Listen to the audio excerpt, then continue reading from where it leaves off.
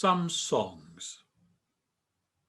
The brook is swollen with unrelenting rain. Love's chatter tumbling from the hillside, impatient to leave me for the sea. Wait. There is so much I have to say. 2. In the field, wild flowers are rampant. Too many to list, too undressed for vases. They are mature enough to pick. No point. They will never behave indoors. 3. She has rushed so far away today, I have nothing left. My dream says, we have lain here all morning, black hair laid out in tapestry, daring angels to stop the day. I'm going to read a poem, a long poem called Llandian. And this has a bit of a history. In fact, it is history. It was written in response a while ago to a request from, first of all, the Royal Ballet and one of its dancers, Natalie Harrison, for a poem that could be danced to while it was read. As it turned out, there was never quite enough rehearsal time to make it work. But Natalie asked me to write a poem about London. And so I wrote about London's history from its very beginnings until now, dwelling particularly on the time before and during the Roman occupation, and then the medieval times, and then its modern state. But we start, Llandian was the Brythonic name for London, or may have been the Brythonic name for London, Diana's holy place. And Diana's holy place seems to have been where St. Paul's Cathedral is now, and there might indeed have been a Roman temple there a long time before there was a cathedral, and that comes into it a lot. So I start in Llandian right at the beginning, when there is a temple there on that hill above what is now the Strand and the river. Llandian, a response to London story. 1. Late evening, late in the 5th month. The tide rises with the moon and floods from the dark river the little stream that fringes Lud's Gate, turning it from fleet and clear to brown and sullen, creeping over the edge of the westward road. Up the hill in the temple, girls chatter as they prepare the night's offerings, keeping an eye out for their chief, and the moment when the pink edge of the clouds upriver resigns itself to twilight grey. They watch too through the eastern colonnades. Their mistress will rise full tonight. Already she lurks bloated low on the skyline, as though her menstrual sighs so early will chase away the sun and force the city gates to slam before their time. She nurses herself for the perfect hour.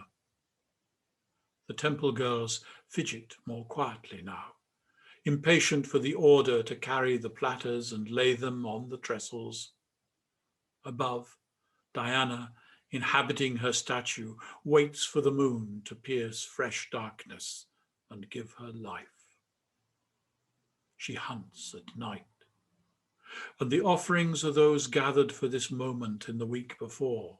New herbs, bluebells from the shady woods to the north, above all, venison cut from a wounded stag who collapsed a miracle on the temple steps in final supplication that auspicious morning.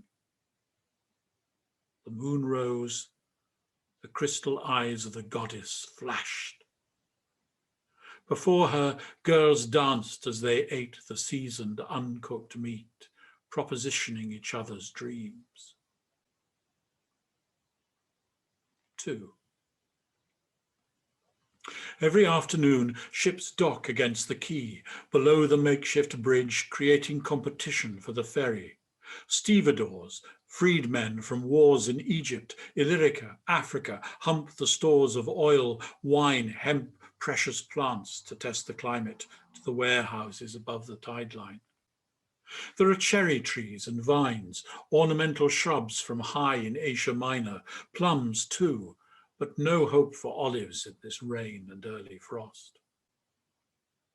Occasionally fighting animals, bears and mountain lions so much more impressive than the native docile beasts in a country where it is hard even to find a wolf, come ashore to spice the games. Though the odds are always fixed, lions too valuable for cheap slaves, condemned barbarians to be allowed to win. Soldiers land away from the emergent city, downriver at their Spartan camps, and march briskly through on their way to battles in the north and west. From all across and up and down the island, men converge to trade their treasures, copper and tin in fine-wrought bronze, gold, surplus women culled in vendettas too local for the world to care. For 70 years the city grew, prospered, ignored the jealousies of lesser towns, the animosities aroused by armies it supplied, secretly despised. Then news of unprecedented defeat sped south. A fetid wind, a tribe they'd never heard of, sought revenge for military rapes. Boudica, the terror queen, smashed the temple, slaughtered artists in the market, and left nothing but a layer of ash to taunt imperial boasts. 3. The great dark river has dominion. In these few years when again only the wind, the call of fractious birds, splash of otters breaks the silence. From springs in low hills, rivulets and becks, streams and tributaries spill unsullied through virgin woods, cut their own free channels across marsh mud at low tide, rush to join Nemesis on the high.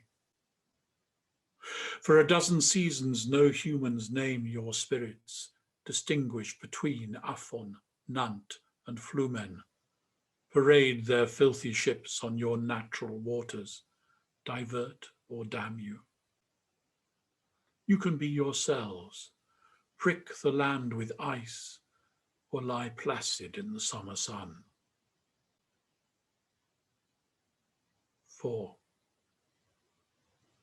Eventually the ash leached away or fed wild roses.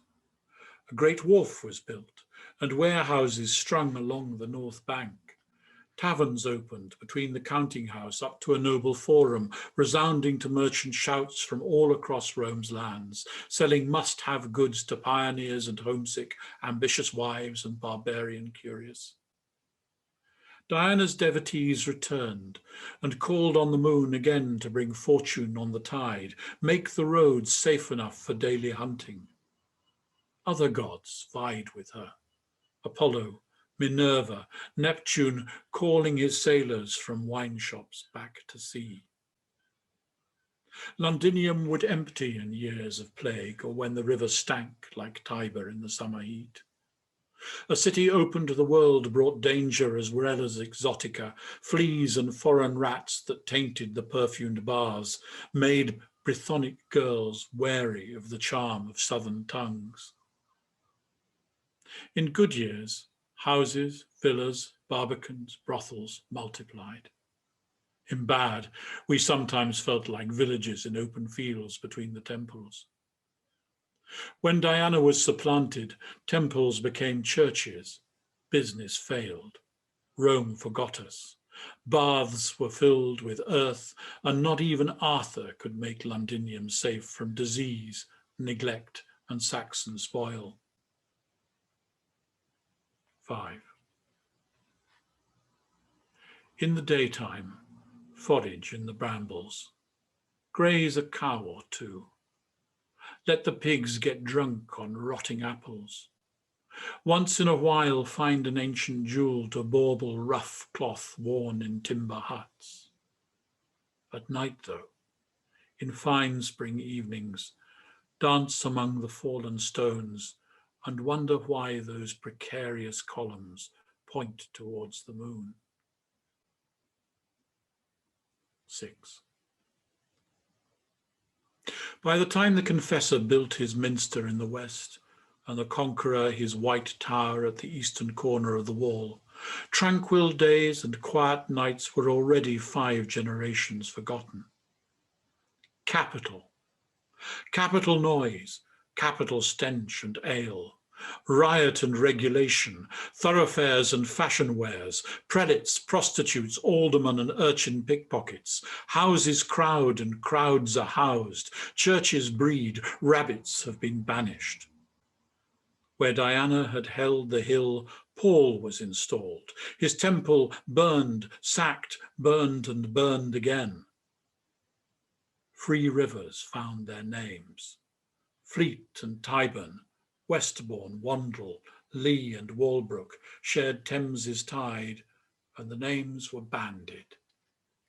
The streams tamed then, like all domestics nonchalantly abused, ignored until they disappeared, as if the river spirits who had flourished in the infant city could no longer protect even their physical form once the friars, black, white and grey, cramped on their banks. With irony that history loves, the new river names attach themselves to churches of nothing saints, even as the waters were piped, blocked and overpaved. Surely only the force of Diana's tide saved the dark river himself. Though bridged and stuffed with dead and detritus, he still bossed and sluiced his villages and city, while from tower to thorny isle, palaces, castles, priors, abbey defined the bank, and even Lambeth's one dry plot, their gardens walled, shutting out the trade, traffic and turbulence beyond. While kings pull archers from the fields to ravage Celtic lands and lose their way from Calais to Jerusalem, guilds grow rich, build their halls, adopt livery and impose rules stricter than the king's. The rest of us have fairs at Barts and Southwark. With the fairs come dancing, players, riot, football, music, so much music spilling from the buskers, the fruit and ribbon sellers, lovers with a gitten and a rebeck slung from the shoulder, music leaching into the naves and taverns, raucous and refined, reverend and rude. Such players all, even before the courtyards of the inns between the Winchester bishops' whorehouses and the gatehouse of the bridge became our theatres. Rose, Swan, George, enduring globe, showing the tragedies that tyrants bring, the comedy of suffering. How else could playwrights write the truth and keep their heads attached when one man's truth was another's sedition? If we survived suspicion, plague loved the summer stench, flew the winter ice, and Lent brought famine without officious injunction from any priest. Misfortune breeds envy, and envy Puritans. So they came and shut and smashed, and when they got bored with black, plague returned until fire swept clean, charcoaled Paul's again. In the moonlight that autumn, Diana smiled, welcomed Cupid, sent him to the king promising better, greater times to come. 7. Stand still and you will be swept away. Stay silent and your language will shatter as the world shouts. Tides are everything, of traffic, bodies, money, water. In London, fire cleans where rain stains, palaces are tinder, theatres explode in fireworks, bankers have our fingers burned, coffee is roasted, gin fuels the fire within, cremates restraint. Irons, furnaces, forges, kilns, kitchens spew soot till it clouds the moon, renders pale Portland stone Edinburgh black. From the moment when there was more money in money than cows and land, this is the action city, the screw and be screwed city. Rule a short empire with a long reach. Nothing is unsold, nothing without a price. Be an urchin, pick a pocket or two, be an earl, evangelist, trader general, and pick a country or two. Create and dissipate, give two meanings to exploit, bank the river and the proceeds. London sprawls and banks, river and profits, changes colour. A tinge of regret creeps in for pastoral pleasures lost. A park the size of Monaco is saved from builders. In Vauxhall and Marylebone, Georgian beauties dance prettily and sing of Phyllis and Corydon, sweet Sylvia and Lysander, before Victorian railways sweep them away. Victoria rediscovers highlands and islands. London builds, erects a crystal palace for the world, and the world promenades and is impressed. Watch then, as London boroughs and bridges, Thames no longer sprawls across Surrey, but rushes between stone walls and stanchions, his tides angry and full enough to carry the greatest ships into dock, filling the old wastelands east of the Tower. What he has lost in freedom, he has gained in pride and power. Filthy, killing his fish for the right to battle Yangtze and Hudson for preeminence. On either side of him, the city digs.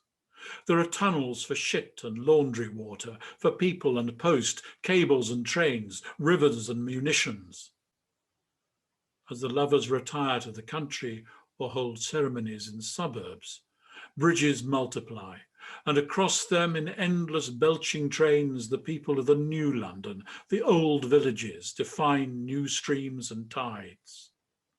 The ring of stations for carriages, not crosses, gorge commuters on the flow and ebb, send soldiers to slaughter, welcome Tchaikovsky, Dvorak and Debussy off the boat train. Dickensian grime becomes Elgarian cocaine, until jealous Germany throngs the sky with bombs and fire breaches Paul and Diana's temple once again. 8. After each destruction, Boudicca, Saxons, Vikings, Black Death, Great Fire and Hitler, Londoners paused. For half a decade cleared bodies, rubble and installed a place for celebration. After Boudicca, the amphitheatre. After Hitler, the festival hall. Again the world arrived, rushed, first on ships from colonies, dominions, then through skies and one great tunnel, till the rhythms and dances of London did not echo the globe, they sent it spinning, leaping, warming on a tide of rising song and glass, capturing the sun. Keep rabid Puritans at bay. Those who always disapprove, sanction a bomb to make deadly relevant points. Instead, give us free spirits, mix us, blend our skins and recipes, let limbs entwine love. Shall we free our rivers now, garden their banks, and as lights embolden the night, raise wine, Llandian's long libation to the moon? And I want to finish with the poem that finishes the book, Waiting for Music. It comes from that time of the Crystal Palace and the energy that was Victorian London. Victorian Waltz. She cascaded in time with him, her face alive, shoulders rolling, feet as often off the floor as her dress his strong hands would let them lift. Counting she wheeled, 1, 2, 3, 1, 2, 3, 1, 2, 3, squeeze, spin, skip, nothing tempered, nothing contained. She called for another, demanded freedom, more dance, more music, more speed, refused to believe this sudden love was nothing greater than heat, noise, and too much punch.